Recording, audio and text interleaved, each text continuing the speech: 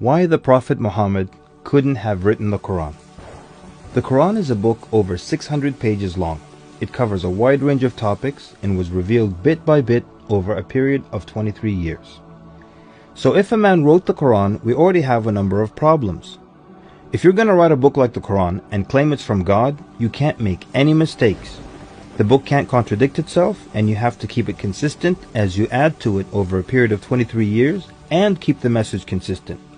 The grammar and style also have to remain the same. If the Quran is not from God, Muhammad would have to write it himself. That means in the middle of the Arabian desert, with no books around and being illiterate, he would have to know law, civil rights law, criminal law, family law, labor law, military law, personal injury law, real estate law, and tax law. He would have to know history. With little to no Christian presence in Mecca, he would have to know the stories and events in the lives of the prophets before him, the history of past nations, Judeo-Christian religious rulings, and he would have to know it well enough to somehow offer additional information and details not found in those books.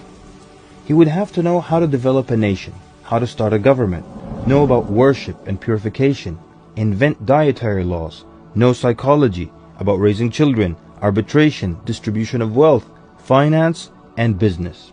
In the area of science, he would have to know embryology, oceanography, about plate tectonics, cloud formation, UV rays, know about plants, mountains, bees, the human brain, the Big Bang, and the expansion of the universe. And in order to make the book complete, he would have to have knowledge of the future so he can write things that will happen in the years to come. He would have to be a time traveler in order to insert his name and mention in the Bible. If he is claiming that the book he wrote is from God, it must not have a single solution that doesn't work. He must also keep his emotions and personal life out of the book. The book should not reflect happy times nor sad times in his life. The writing should not become cheerful and optimistic, nor sad and gloomy as if a human wrote it. But when you read the Quran cover to cover, you can't sense when his wife died, when his daughters got married, when his grandchildren were born, when he was victorious, and when he was defeated. To anyone who examines the Quran, it becomes perfectly clear that there is no way a man in the desert 1400 years ago could have written such a book.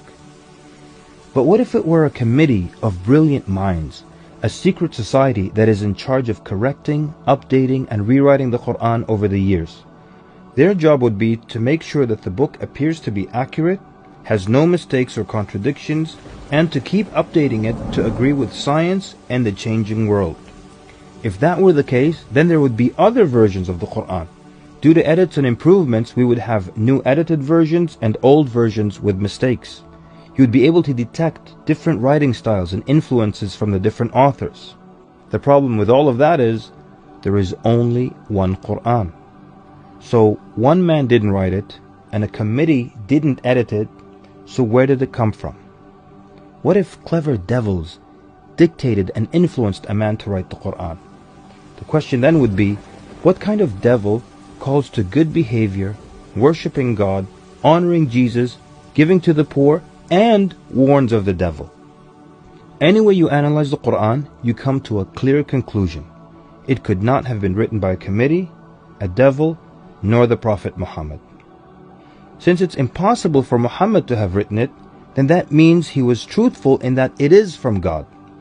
If it is from God, that means he was a genuine prophet. And if he's a genuine prophet, then his message should be heeded and obeyed.